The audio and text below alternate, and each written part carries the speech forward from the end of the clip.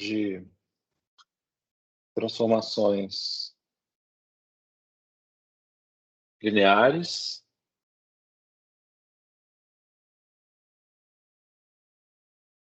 e matrizes, tá bom? Ainda no caso, transformações de R2 e R2. E aqui as matrizes também vão aparecer aqui, vão ser 2 por 2, ou então 2 por 1 para representar um vetor, tá? Então, eu vou começar aqui com um pequeno exercício, um problema. Ou uma pergunta, né? Vou ter aqui como um problema. Então, vamos supor que você tenha uma matriz, duas matrizes, né, dadas lá, vou chamar de M, uma matriz aqui com entradinhas ABCD, e uma outra que eu vou chamar de D, que tem também 4 entradinhas, mas eu vou colocar aqui um número lambda 1, 0, 0, aqui lambda 2, tá? Então, vamos supor que eu use essa notação aqui, né? Por exemplo, m elevado a n, n é um número natural, seria m, a matriz, né? Vezes m, n vezes, tá bom? Tem n fatores aqui.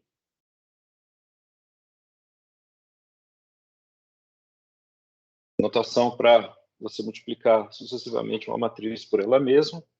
Então, minha pergunta aqui, o problema é que parece mais fácil, né? Parece ser mais fácil.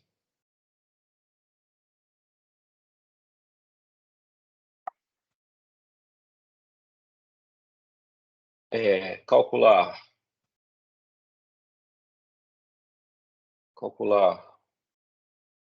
m elevado a n, é assim que a gente fala, tá? Ou d elevado a n, certo? Então, pense aqui, por exemplo, para n igual a 50, tá? Então, vamos pensar assim, computacionalmente, qual seria o trabalho, né?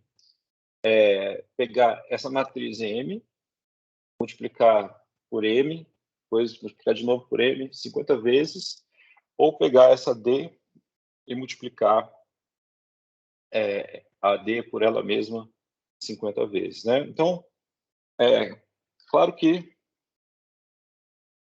acho que muitas pessoas que estão vendo esse vídeo vão pensar que calcular D elevado a N deve ser mais fácil, por quê? Porque tem esses zeros aqui. E é isso mesmo, tá?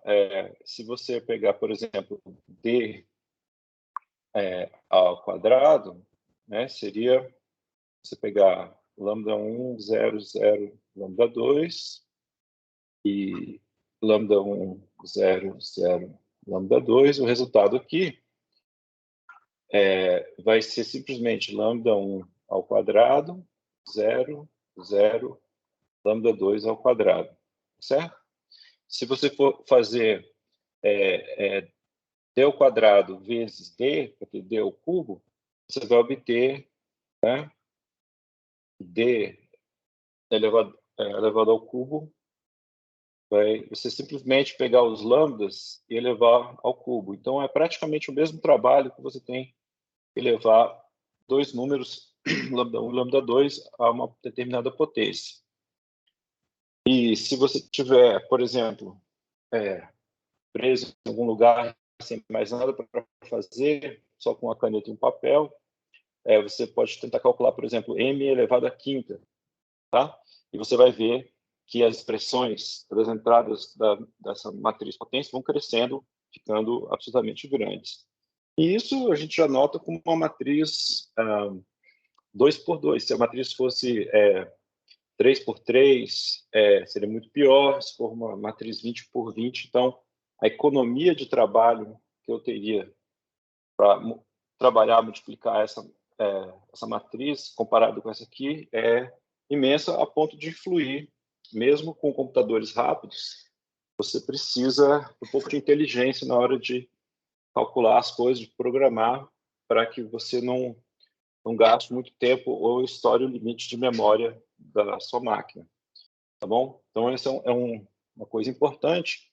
E a álgebra linear, a gente encontra essas matrizes toda hora, muitas vezes associadas à geometria, outras vezes nem tanto.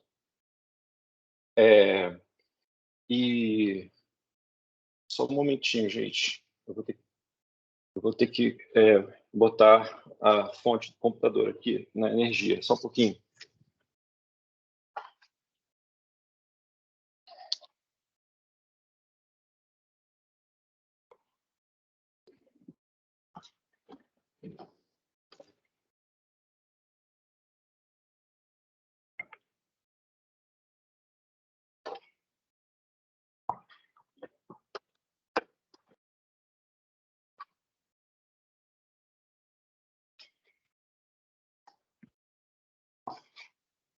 Perdão, pessoal.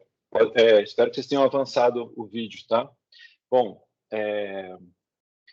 então, esse fenômeno, né, de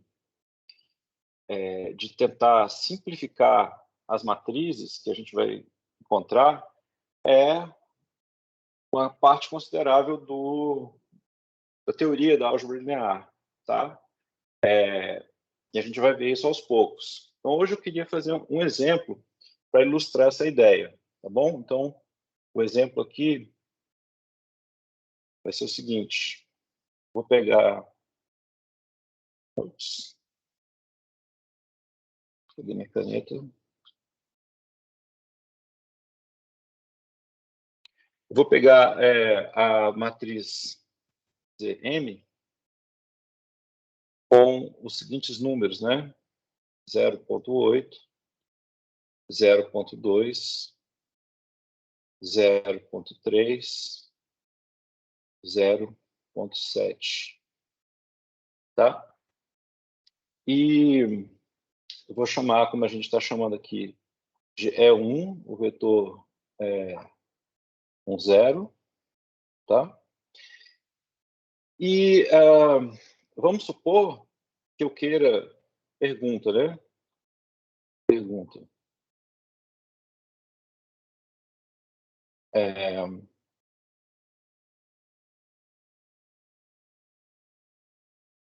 Como calcular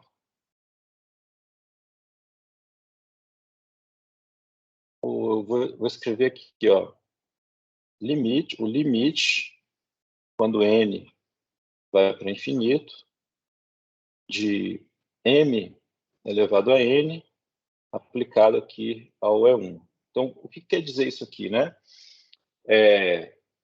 M elevado a n é m vezes ela mesma, n vezes, tá?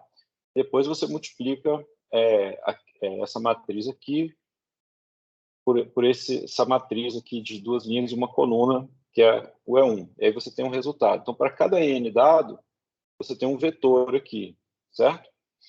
E à medida que o n vai mudando, esse vetor vai mudando, mas pode ser que quando o n fica muito grande, esse vetor praticamente não muda e, no sentido lá do cálculo, tá? Você tem um limite. O que quer dizer o limite, né?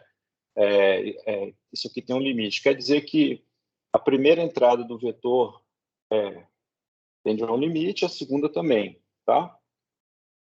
Como lá vocês veem limite lá no cálculo 1, para uma sequência, tá? Então, essa pergunta, né? Vamos supor que você possa... você tem um computador, né? Então, você pode calcular para cada n e colocar o n muito grande, numericamente você vai ver o que está acontecendo. É ótimo. Mas vamos ver que tem uma outra maneira de a gente pensar, de entender o que essa m faz, sem precisar calcular com o computador. E mesmo a gente tendo um computador, essas técnicas que nós vamos estudar, elas nos ajudam também para que o computador consiga fazer as coisas de maneira bem mais eficiente.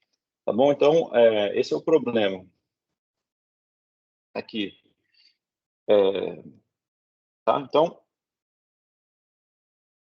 essa matriz aqui, ó, ela é uma matriz, depois, mais tarde, a gente vai ver, matriz muito importante nos processos envolvendo probabilidades, tá? Que é uma das aplicações também da álgebra linear, os processos chamados processos de Markov. E uma coisa que a gente pode notar aqui, ó, que a soma dos elementos da coluna, da primeira coluna, é 1, né? 0,8 mais 0,2, e a soma dos elementos da segunda coluna também. Tá? Isso aí não foi coincidência, tem a ver com o que eu vou discutir agora. Tá? Então, fazendo um pouquinho o caso mais geral, eu vou pegar, para entender essa matriz M, eu vou pensar, para não ficar restrito a esses valores aqui, eu vou pegar uma M assim, ó, M2 por 2, eu vou chamar de ABCD. Agora, esses números ABCD, eu vou supor que A mais C é 1, vou supor que B mais D também é 1, e vou supor, para simplificar aqui, que todos esses 4 números estão entre 0 e 1, tá? Então, eles são todos estão entre 0 e 1, são números positivos aí entre 0 e 1.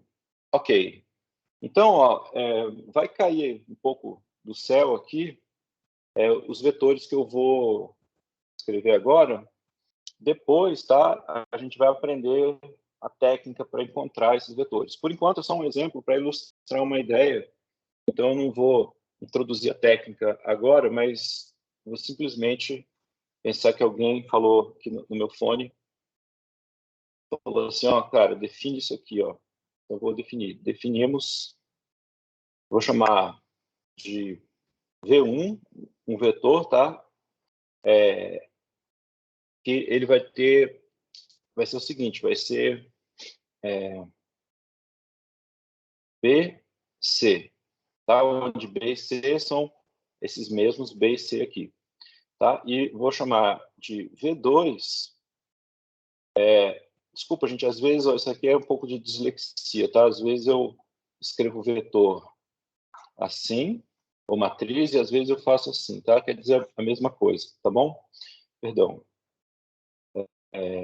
Tem anotação, as duas acho que são aceitas. Tá, aqui, então, o V2 eu estou definindo também como sendo o vetor de coordenadas menos 1 e 1. Tudo bem? Agora vamos ver qual é a ação da M sobre esses vetores. Então, aquela ideia de para você saber o que a transformação linear faz com os vetores, você multiplica essa matriz aqui por esse vetor aqui, né? Então, vamos ver aqui, por exemplo, quanto que dá M aplicado ao V1. Tá? Então, isso aqui é a matriz M, ABCD, vezes essa matriz aqui, V1, BC. Então, fazendo essa multiplicação, vamos lá, quanto é que dá? Dá AB, na primeira entrada, AB mais BC, e aqui vai dar CB mais DC, certo? Mas agora eu vou usar a propriedade, essas duas equações aqui, A mais C é 1 e B mais D também é 1. Então, aqui, ó, se eu colocar o B em evidência, fica B que multiplica A mais C, mas como A mais C é 1, então aqui vai ficar só B, né? E aqui, de maneira análoga, eu posso botar o C em evidência e vai ficar C vezes B mais D. B mais D é 1, então aqui vai sobrar só C. Então, aconteceu uma coisa curiosa aqui, ó. O que a M fez com o V1? A M fez com o V1, lembrando que esse cara aqui é o próprio V1, né? ela não fez nada. Ela deixou o vetor parado. Tá? A transformação M, ela não deixa todo mundo parado, mas ela deixa o V1 parado. E isso é uma coisa importante, vai ser importante para a gente entender o que a M faz com um vetor qualquer. Tudo bem? Então, nós temos essa constatação. E agora vamos ver o que o M, a M, né, a transformação M faz com V2. Então, eu vou escrever aqui M de V2 é igual a matriz M aqui, ABCD, multiplicando agora o vetor menos 1, 1. Então, isso vai dar menos A mais B, né? Menos A mais B. Depois, aqui embaixo, vai ser menos C mais D. Menos C mais D. Bom, aí o ponto aqui é que se a gente usar as relações A mais C igual a 1, essas que estão aqui, né? Assim, A mais C igual a 1 e B mais D igual a 1, a gente pode escrever de uma forma talvez mais interessante. Ó, eu vou fazer a seguinte brincadeira aqui. Eu vou colocar B menos A em evidência, como se eu tivesse o número B menos A, certo? Multiplicando um certo vetor, de forma que B menos A vezes esse certo vetor seja igual a esse vetor que tem coordenadas menos A mais B e menos C mais D. Então, aqui na primeira entrada desse vetor, é claro que eu tenho que, para obter menos A mais B, aqui tem que ser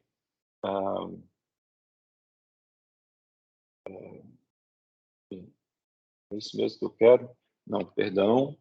Errei uma continha aqui.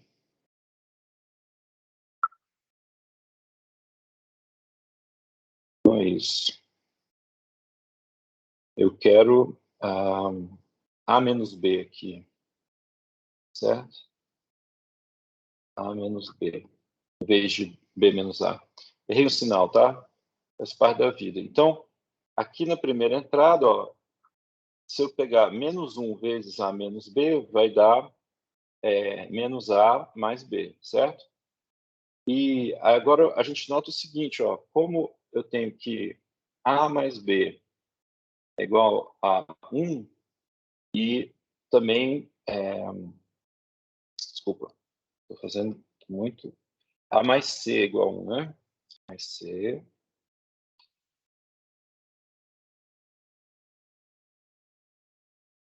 A mais C é igual a 1 e B mais D também é igual a 1, certo? Então, essas coisas são iguais. Então, em particular, ó, D menos C, dessa igualdade aqui, né? Eu sei que D menos C é igual a A menos B, certo? A menos B é igual a D menos C. Aqui eu tinha D menos C, eu botei em evidência A menos B, mas A menos B é igual a D menos C. Então, é como se eu tivesse aqui 1. Tá? Depois vocês confiram se alguém tiver dúvida. Mas o ponto aqui é que, olha só, o que a M fez com o V2? Ela não deixou o V2 parado, como deixou o V1 parado, certo? Mas aconteceu uma coisa que também é interessante, é que ela não alterou a direção do V2. Ela pegou o V2 e multiplicou o V2 por A parado. E aí ele pegou o V2 e ela poderia ter transformado o vetor, estava aqui, poderia ter ido para em outro vetor, mas a direção foi mantida, só teve essa dilatação por um fator A menos B. Então, esses vetores que são transformados dessa maneira, vamos dizer assim, mais simples, por uma transformação linear, eles são especiais, eles são muito importantes para a gente entender o que a transformação linear faz com qualquer vetor. E do ponto de vista computacional, também é muito útil conhecer esses vetores que são, vamos dizer assim, pouco alterados pela transformação linear. Tá? Tudo bem. Então, a gente já fez essa continha. E para que serve isso, né? Vamos voltar no nosso exemplo concreto, né? Então, aqui, ó, eu tinha essa M, em vez de ser ABCD, agora é 0,8, 0,3, ou 0,3, 0,2, 0,7. Tá? Então, aqui, para o caso particular,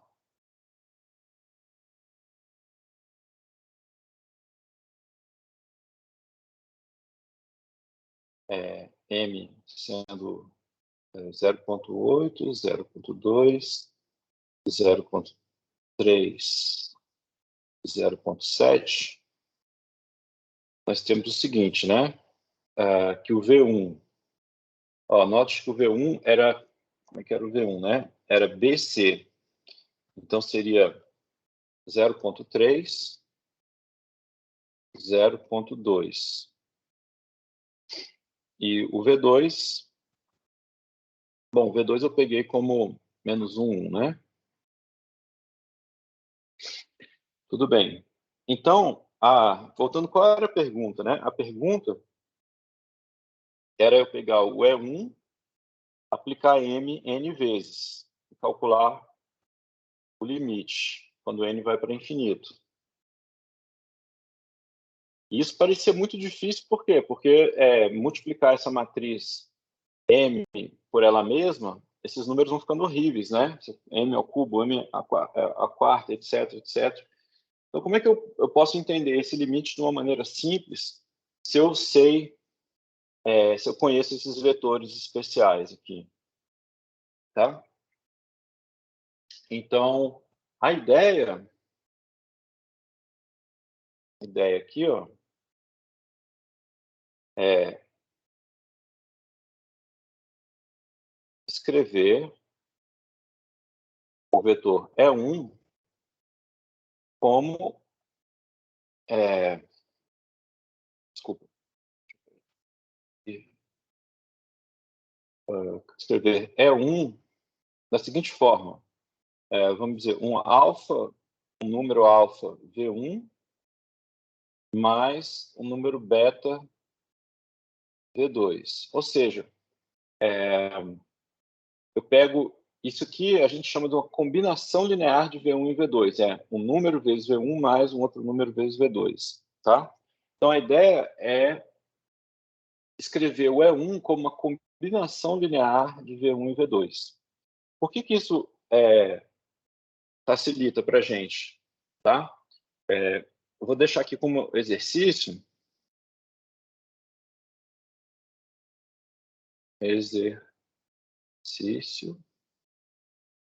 Verificar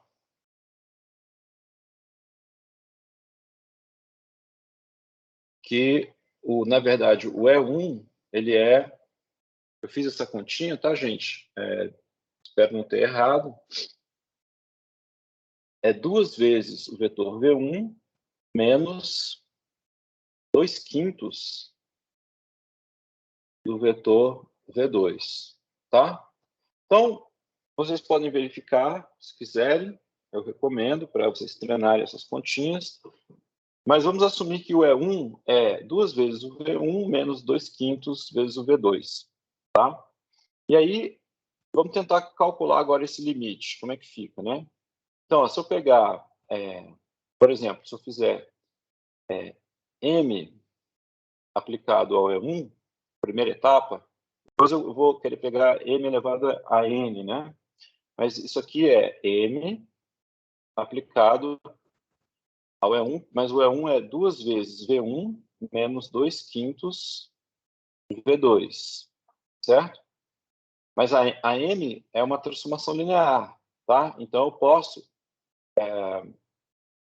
tirar essas constantes que aparecem para fora e escrever assim, que isso vai ser 2 vezes o M de V1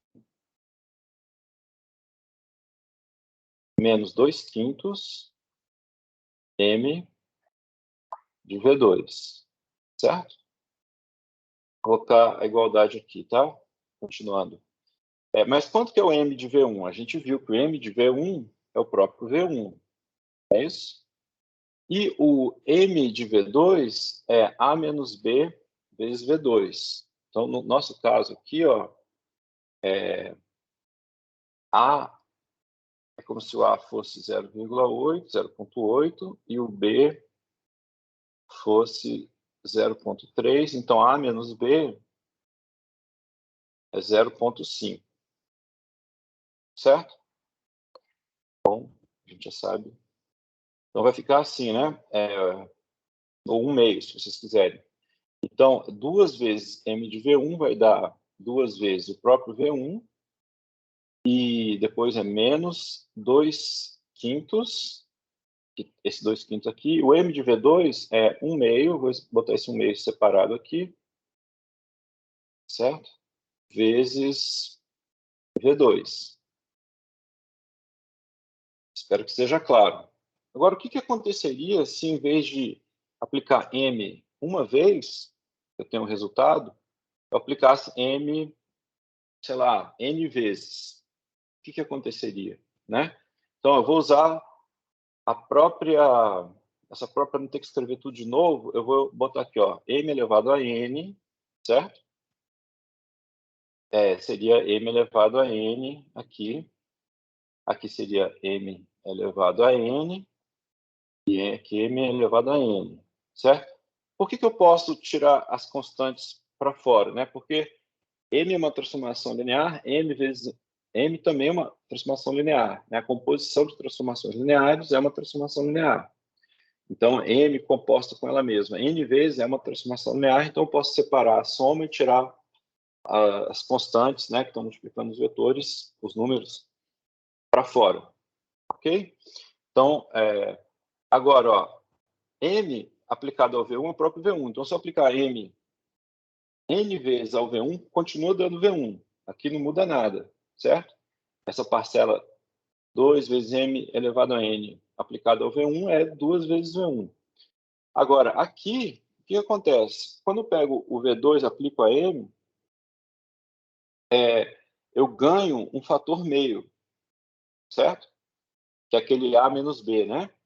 Então, cada vez que eu aplico a M, eu ganho um fator meio. Então, se eu aplico a M N vezes, aqui eu vou ter 1/2 elevado a N.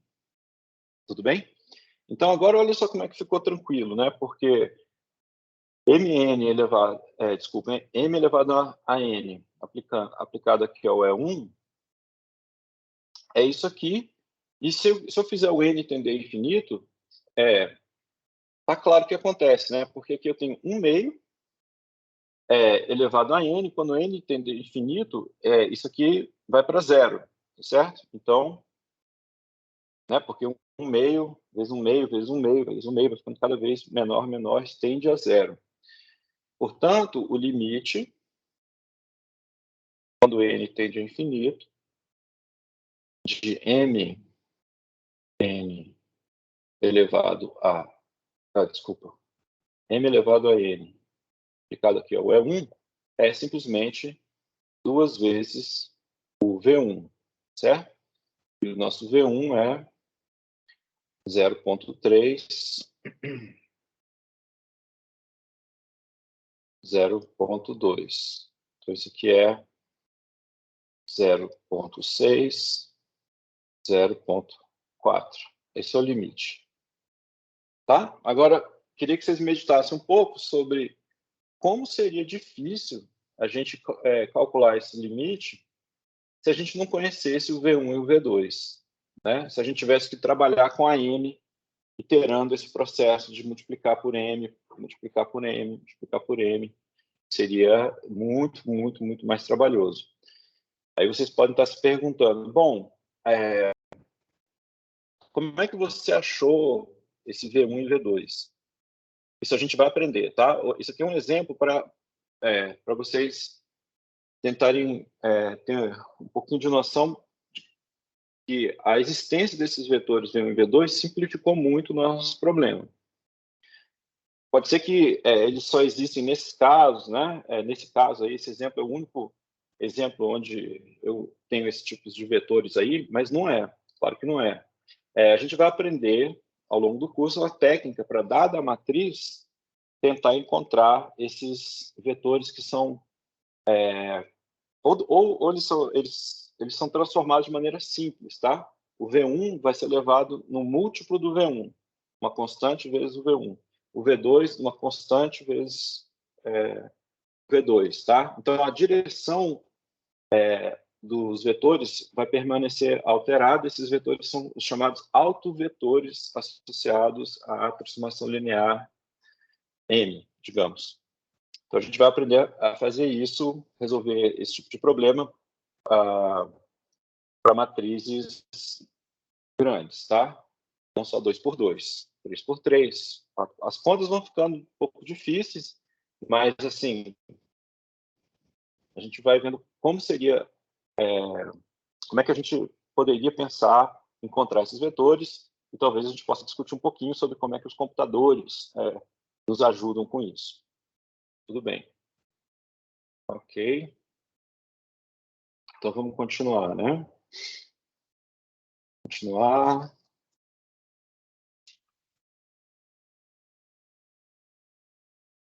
Então, nesse exemplo, nós acabamos de ver, teve outra coisa aqui que eu pedi para vocês verificarem, essa igualdade aqui, né? Então, isso aqui é uma coisa que é importante. Eu afirmei e explicitei aqui o seguinte: olha, o vetor E1 ele pode ser escrito como um múltiplo do V1 mais um múltiplo do V2. Eu explicitei aqui, ó, os números aqui são o 2 e o menos 2 quintos, tá?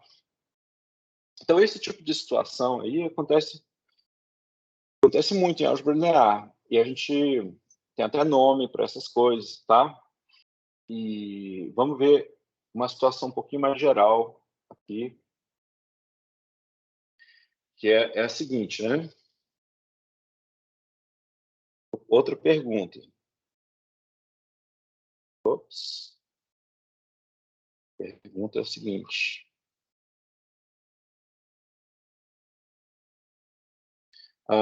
Estou sempre com vetores no plano, tá? E deixa eu ver como é que eu formulei essa pergunta. Assim, né? Qual a condição, qual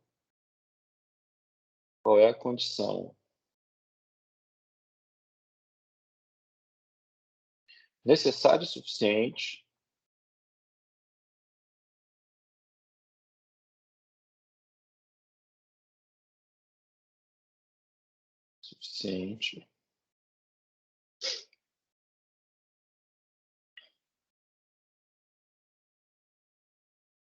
para, para que um vetor qualquer, vamos dizer assim, W, tá? De R2, estamos em R2 ainda. Possa ser escrito de maneira única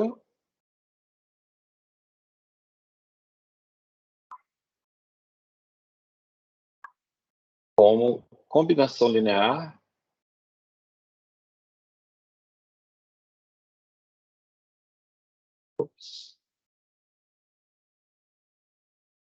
minha caneta está falhando um pouco, não sei por quê. De dois vetores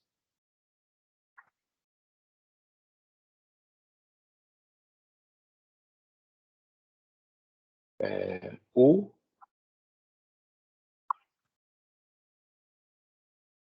e V, tá? Ambos vetores não nulos, tá? Então, o V não é o vetor nulo e o W não é o vetor nulo. Tá? Então, deixa eu ver se... Me pergunta, né? Deixa eu ver se está claro. Então, a combinação linear, eu falei agora há pouco, mas o que quer dizer isso, né?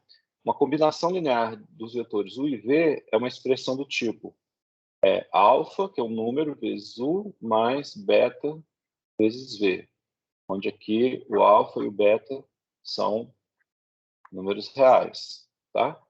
Então, vamos supor que alguém te deu esse w, um vetor do R2, um vetor qualquer do R2. Aí eu tenho esse U e esse V, tá?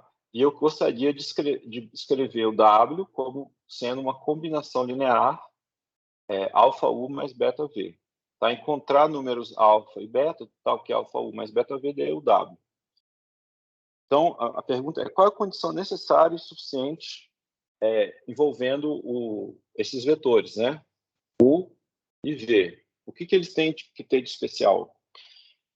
Por exemplo, né, se o U e o V são os vetores que eu estou chamando de E1 e E2, a gente sabe que isso é possível, certo? A gente sabe que isso é possível. Mas, na verdade, o E1 e E2 é um caso particular onde você consegue fazer esse tipo de decomposição do vetor W como um múltiplo do U mais um múltiplo do V. Então, assim, a gente pode pensar, quando é que dá para ver que não dá para fazer isso, né? Quando é que a gente pega um W arbitrário e não é para qualquer U e V que isso aqui vai acontecer, certo? A minha pergunta é, quando é que eu preciso impor em relação a U e V aqui, tá? Então, vamos pensar um pouquinho. Eu vou fazer um desenho.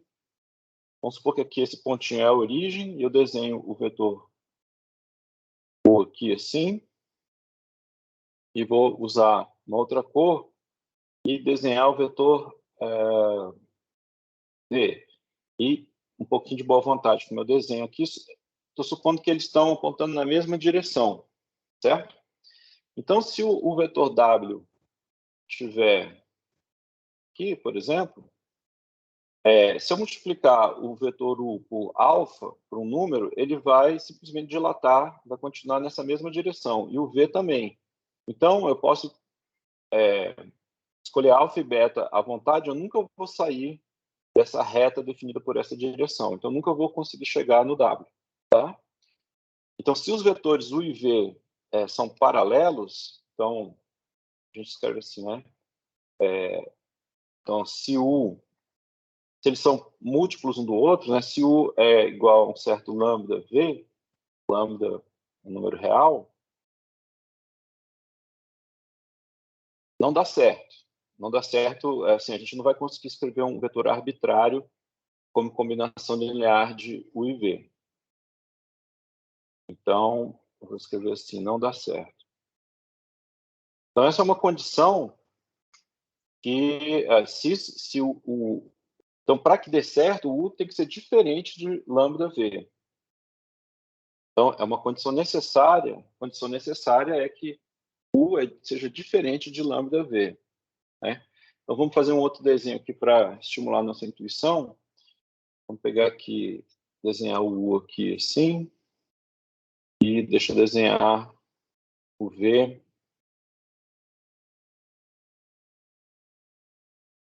aqui assim, né? Aí você pensa um W. Eu vou botar um W aqui. Certo? Será que agora eu consigo, né? Então, ó, pelo menos intuitivamente, você pode pensar assim. Você prolonga a reta definida aqui pelo vetor V. Esqueci de escrever V aqui, né? Você prolonga a reta definida pelo vetor U. Quer dizer, então, aí você pode pensar assim, ó, vamos pensar num paralelogramo cujos os vértices são a origem, o W, e os lados são paralelos a V e U. Então, eu vou tentar traçar aqui, ó, como se essa reta pontilhada que eu estou traçando fosse paralela ao vetor V, e essa outra aqui eu vou traçar agora seja paralela ao vetor U. Tudo bem? Então, se eu multiplicar o U por um certo número para cair aqui, ó, certo? Após a multiplicação, e o V, bom, V no meu desenho parece que deu até certo aqui, mas podia ter que multiplicar por 1,000432, sei lá, certo? Mas tá claro que se eu multiplicar o V por algum número, eu vou chegar nesse pontinho aqui, e quando eu somar esses dois pontos aqui, ou vetores, pela regra do paralelogramo, eu vou chegar no W. Então, eu vou ter um alfa, que é o tanto que eu tenho que multiplicar o U, mais beta, que eu tenho, o tanto que eu tenho que multiplicar o V, e somando esses dois vetores, eu vou obter o W. Tá? Então, aparentemente, se o V e o W, o U e o V não são paralelos, sempre vai conseguir escrever o W como combinação linear do U e do V, e esse paralelograma aí que eu desenhei, ele é único. Tá? Então, essa maneira de escrever deve ser única. Tudo bem? Então, agora vamos supor que você não gosta de desenhos ou não consegue ver desenhos. Como é que a gente poderia ser um pouquinho mais formal aqui? E depois, né, quando a gente estiver com espaços vetoriais mas com dimensão alta, né, seja lá o que isso for, por enquanto eu não defini, a gente não vai conseguir fazer desenho. Então é bom que a gente use a álgebra também. A gente escreva equações e entenda, do ponto de vista algébrico, o que está acontecendo. Bom, então, ó, vamos supor que eu queira escrever W como sendo alfa U mais beta V. Como é que eu encontro alfa e beta? Sem essa história de desenho, tá? Como é que eu conseguiria encontrar? Bom, vamos supor que o W ele é um par ordenado, né? Então tem coordenadas, vamos dizer, W1, W2. U tem coordenadas 1, U2 e V tem coordenadas V1, V2. Tá? Então, igualdade entre vetores, você tem que igualar coordenada a coordenada. Tá? Então, essa equação vetorial aqui, ela corresponde a duas equações envolvendo números reais, que seriam as seguintes. A primeira coordenada do W tem que ser igual à primeira coordenada desse alfa U mais beta V, então vai ser alfa U1 mais beta V1. E a segunda coordenada do W tem que ser igual a alfa U2 mais beta V2. Tá? Então, para encontrar alfa e beta, a gente tem que resolver um sistema que vocês devem ter encontrado no colégio de duas incógnitas com duas equações. Então, quem são as incógnitas? Alfa e beta. E as equações são essas aqui. Tá? Aí vocês podem resolver do jeito que vocês quiserem, como vocês faziam no colégio. Por exemplo, multiplica a primeira equação por um número, a segunda por outro, e faz a diferença entre essas duas equações, aí você elimina uma das variáveis, resolve para essa variável e depois substitui de volta. É uma maneira. Tá? Como a gente está falando aqui de matrizes, eu vou tentar escrever essa equação aqui de uma maneira matricial. Quer dizer, esse sistema de duas equações ele é equivalente a uma equação matricial, que basicamente é o seguinte, ó, é como se eu tivesse, ver se vocês concordam. Quer dizer, eu não posso ver, né? Isso é gravado. Desculpa aqui meu hábito. Então, ó, eu vou escrever assim. Do lado esquerdo, vou escrever um vetor, como uma matriz coluna, cujas componentes são W1 e W2 aqui. Aqui, eu vou ter um vetor alfa, beta, multiplicando, ou uma matriz, né? Eu falo vetor, matriz, tá? É tudo sinônimo para mim. Vetor coluna, matriz, etc. Então, aqui eu vou escrever uma matriz que vai ser assim, U1, V1, e aqui o 2, V2, tá? Então, se você fizer essa multiplicação, você vai ver que essa equação aqui equivale a esse sistema. Então, se você lembra e trabalhou matrizes no colégio, tá?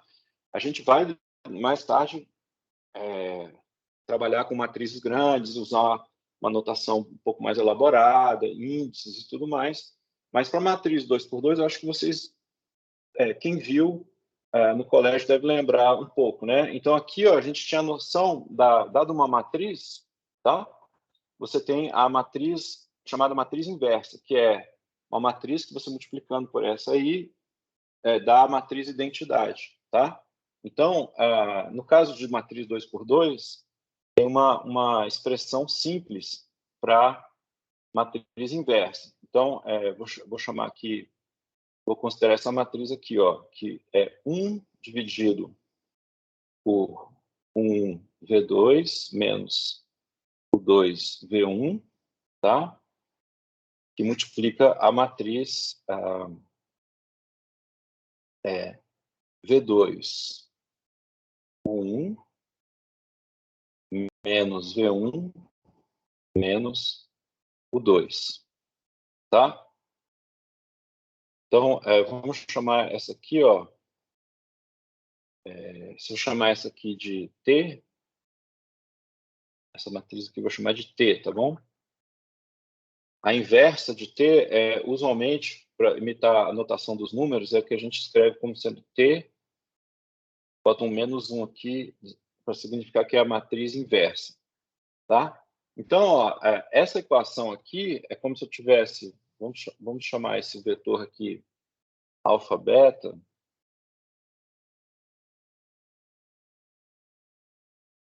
vou chamar ele de, não sei, eu devia ter escrito, de vetor, vou escolher uma letra grega aqui, tá? Gama, tá bom? Gama. Então, essa equação aqui, ó, eu poderia escrever assim, W, vetor W é igual a matriz T vezes o vetor gama, tá certo? Aí, eu quero descobrir quem é gama, tá?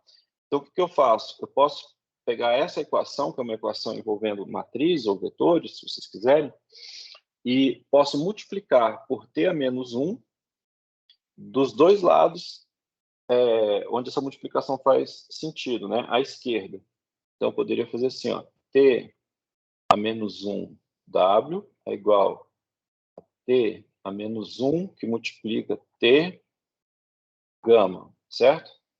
Mais t a menos 1 vezes t é a matriz identidade, tá? Vocês podem checar isso aí.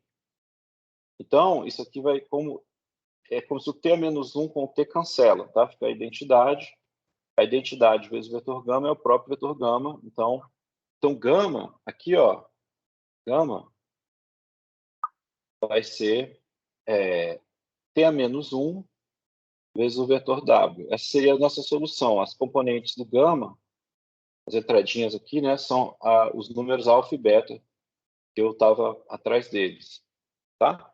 Então, eu estou resolvendo, vamos dizer assim, usando matrizes, e vocês podem falar assim, como é que você sabia qual era a fórmula aqui da inversa? Eu estava ficando na minha cabeça, tá? Mas a gente tem essa fórmula resolvendo um sistema linear. Então, assim, vocês podem esquecer essa conta que eu fiz com matrizes e checar que se vocês usarem o método lá do colégio para resolver esse sistema com alfa e beta sendo as incógnitas, a solução vai ser essa aqui, tá certo? Tudo bem? A solução vai ser essa aqui. Agora tem um detalhe importante, tanto no método lá do colégio, né, de eliminação, quanto nesse método matricial, uma coisa é fundamental para que ele funcione, Tá? No caso aqui do método matricial, fica explícito, porque eu tenho 1 dividido por o 1V2 menos o 2V1. Então, se esse negócio aqui é zero, essa expressão não faz sentido. E, na verdade, a inversa, ela não existe sempre. Ela existe justamente quando o 1V2 menos o 2V1 é diferente de zero. Tá?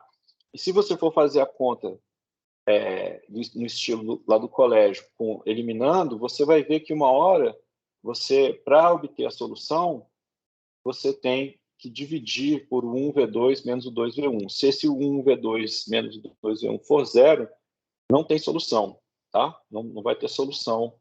O seu sistema não vai ter solução. E geometricamente, o que quer dizer que o 1V2 menos o 2V1 é zero, né? Então, isso é o que impede você escrever o W como combinação linear de U e V, certo? Então, ó, essa condição aqui, se conclusão, né? 1V2 menos o 2V1 é diferente de zero, tá? Sempre podemos escrever o W como sendo alfa U mais beta V. E é de maneira única. O alfa, beta, a solução é única, né? A solução é única. Agora, se isso aqui é diferente de zero, tá? Então, vou deixar como exercício. Exercício. Que a gente pode discutir no nosso encontro síncrono. Isso aqui é o 1V2 menos o 2V1 ser diferente de zero é equivalente, se somente se, né? O U não é um múltiplo de V, tá certo?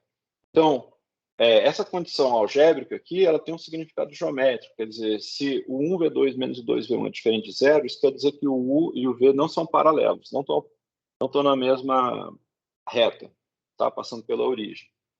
Isso que essa condição aqui quer dizer. Então, gostaria que vocês verificassem isso, tá? Acho que é relativamente simples, mas a gente pode discutir no nosso encontro síncrono, tá? Então, para terminar essa nossa aula, quando você tem então, em R2, conclusão aqui, né?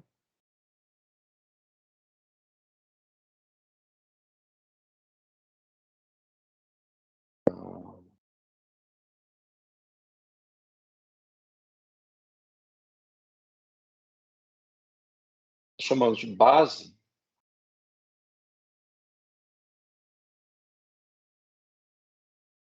um conjunto ordenado que a gente de dois vetores não paralelos, dois vetores não nulos, né? Não paralelos. Ou seja, se você tem dois vetores que não são paralelos, e você fala assim, ó, tem o primeiro vetor e o segundo vetor, tá? Você chama, sei lá, esse cara de, não sei, V1, esse aqui V2. Esse aqui é o primeiro, esse aqui é o segundo, tá? Então, você tem dois vetores que não são paralelos no R2, você pode chamar isso de uma base, tá? Depois a gente vai ver a noção mais, vamos dizer, geral de base, mas no R2 essencialmente vai ser isso. E por que uma base é importante, né? A base é como se fosse uma generalização daqueles vetores que nós estamos acostumados, o E1 e o E2, né? Qual é a vantagem do E1 e E2 aqui? em muitos problemas de geometria, onde você tem que fazer certos cálculos, essa ortogonalidade, o fato que o ângulo entre eles é 90 graus, nos ajuda muito. Outra coisa que ajuda é que o tamanho deles, quando a gente começar a medir tamanhos aí dos vetores, com produto interno, eles são unitários, o tamanho deles é 1, certo? E isso é bom também para as contas, para as ideias. As expressões ficam mais simples, tudo mais. Mas nem sempre, nem em todas as situações, vamos dizer, essa maneira, porque aqui se a gente tem um vetor aqui, ó, por exemplo, um vetor W, né? Aí a gente pode pensar assim, ó, você projeta aqui na direção do E1, você projeta aqui na direção do E2, e você tem, vamos dizer assim, X e Y, aí você pode escrever o W como sendo X é 1 mais Y é 2. Esses números aqui, X e Y, são as chamadas coordenadas do vetor W com relação a essa base, é 1 e é 2. Mas essa base não é única. Então, por exemplo, aqui você poderia ter o mesmo vetor W, eu não vou conseguir desenhar igual, mas vocês pensem, tem um vetor W aqui, e como nós fizemos agora há pouco, eu poderia fazer uma projeção análoga aqui, montando um paralelogramo, né? E achar dois números, vamos dizer, alfa e beta, tal que o W é alfa V1 mais beta V2. E aí, as coordenadas do W para essa base V1 e V2 são esses par de números alfa e beta. Tudo bem? Então, o que muito da álgebra linear consiste em encontrar boas bases associadas a transformações lineares que nós estamos estudando. Então, aqui, por exemplo, né, voltando aqui para aquele exemplo que a gente fez no começo. Eu tinha uma transformação linear M, essa aqui, 0.8, 0.3, 0.2, 0.7. Eu queria iterar ela, aplicar ela várias vezes a um vetor, ao E1, e saber o que ia dar no limite. Como é que eu fiz isso? Né? Eu encontrei, é como se eu tivesse encontrado uma base bem adaptada, vamos dizer assim, à transformação linear, porque é fácil ver o que a M faz com o V1 e o V2. E aí eu escrevi o E1, estou revisitando o nosso exemplo, tá? Eu escrevi o E1 como combinação linear do V1 e do V2. Posso fazer isso? Depois, V1 e V2, eles não são paralelos, então eu posso fazer isso. Aí eu fiz isso, e aí ficou fácil calcular o limite. E sem vamos dizer, essa artimanha que eu usei, eu acho que seria bem mais difícil calcular esse limite, tá bom? Então, a moral dessa aula aqui é que a gente está vendo o seguinte, olha, não tem uma maneira única de decompor vetores. Então, a gente usa essas bases, né, para decompor os vetores e achar as coordenadas, se vocês quiserem. Tá bom? E a gente está muito acostumado no colégio a usar eixos ortogonais, e é natural a gente introduzir esse E1 e E2, as coordenadas cartesianas, mas essas coordenadas aqui, ó, esse x e y que a gente usa, eles são uma escolha entre infinitas, tá? E às vezes, para um determinado problema, essa escolha, vamos dizer, que a gente aprende no colégio, não é a melhor, simplesmente não é a melhor. E aí a gente tem que aprender técnicas para encontrar a melhor base para o R2, ou no caso para um espaço vetorial, no caso geral, que nos possibilite atacar um certo problema, tá bom? Então, eu vou parar por aqui. Até a próxima aula.